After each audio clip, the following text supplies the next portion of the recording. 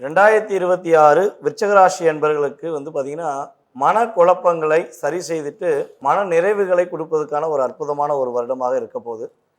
கிட்டத்தட்ட இவங்களுடைய ராசிக்கு 2ஆம் இடத்த அதிபதி மற்றும் 5ஆம் இடத்த அதிபதியான குரு 8ல இந்த வருடத்தின் ஆரம்பத்தில் அமர்ந்தாலும், அவர் கரெக்டாக பார்த்தீங்கன்னா 9ஆம் இடத்துக்கு ஜூன் மாதத்துக்கு மேலே வந்துடுவார்.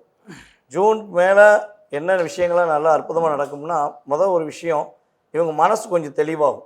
மனக்குழப்பங்கள்னு அண்ணன் சொன்னாங்க, அதுதான் உண்மை. மனக்குழப்பங்கள் இவங்களுக்கு கொஞ்சம் அதிகமாக இருக்கும். ஒரு விஷயத்தை முடிவெடுத்து செய்கிற அளவுக்கு கொண்டு போயிடுவாங்க. அப்புறம் பலபடியும் நம்ம செய்கிறது சரியா தவறா, இல்லை செஞ்சு முடித்த பிறகு நிறைய விஷயங்களை யோசிச்சுட்டே இருப்பாங்க. நம்ம செய்கிறது தப்பா சரியோ, நமக்கு ஏதாவது பிரச்சனை வந்துடுமோங்கிற விஷயங்களை யோசிச்சுட்டே இருப்பாங்க.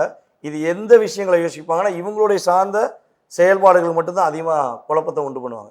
மற்றவங்களுக்கு போய் கேட்டால் எப்படி குளத்தில் மீன் அப்படியே ஓடிட்டே இருக்கும்போது ஒரு தூண்டில போட்டு நம்ம பிடிக்கிறோமோ, அதே மாதிரி அவங்களுடைய பிரச்சனைக்கு தீர்வு இவங்க கரெக்டாக கண்டுபிடிச்சிருவாங்க.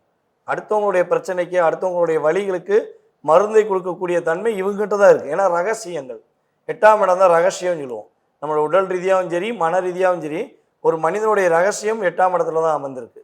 ஸோ அந்த 8ஆம் இடத்துலேயே இவங்க பிறந்திருக்காங்க. காலபுருஷன் ராசிக்கு 8ஆம் இடத்துல இவங்க பிறந்திருக்காங்க.